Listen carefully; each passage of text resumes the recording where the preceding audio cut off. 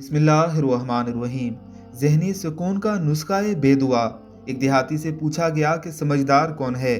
کہا ذہین مگر جان بوجھ کر لوگوں کے معاملات سے غفلت برتنے والا، یعنی کسی کے عیب اور اپنی طبیعت کے خلاف کام دے کر ایسا ظاہر کرے جیسے کچھ دیکھا ہی نہ ہو، خطا دیکھ کر بھی نہ دیکھے، حاسد دیکھ کر بھی اس سے درگزر کرے، دشمن دیکھ کر بھی توجہ نہ کرے، فتنے دیکھ کر بھی مائل نہ ہو، بہت زیادہ باتوں سے حیل و حجت سے دور رہے، رات آئے تو ہر انسان کے بارے میں اس کا دل صاف ہو، صبح ہو تو سب سے سلام و کلام کرے، تغافل برتنا یعنی سب کچھ دیکھ کر اندیکھا کرنا اعلیٰ ترین لوگوں کا طریقہ ہے۔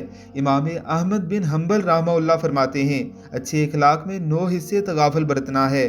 امیر معاویہ رضی اللہ تعالی عنہ نے فرمایا، عقل ایک پیمانہ ہے، اس کا 1 تہائی ذہانت اور 2 تہائی تغافل ہے۔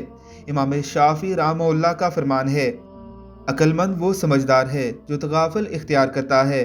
صلاح الدین ایوبی کے بارے میں علماء نے واضح لکھا ہے کہ وہ کثرت سے تغافل اختیار کرتے تھے۔ امام جعفر صادق نے فرمایا، تغافل اختیار کر کے اپنے اخلاق عظیم بناؤ۔ یہ حقیقت ہے مومن اتنی کثرت سے تغافل اختیار کرتا ہے کہ سامنے والا سمجھتا ہے کہ اس کو کچھ بھی علم نہیں ہے، حالانکہ مومن سب کچھ جانتا ہے۔ اگر آپ پرسکون زندگی گزارنا چاہتے ہیں، ذہنی ٹینشن اور ڈپریشن سے بچنا چاہتے ہیں تو تغافل کی عادت بنا لیں۔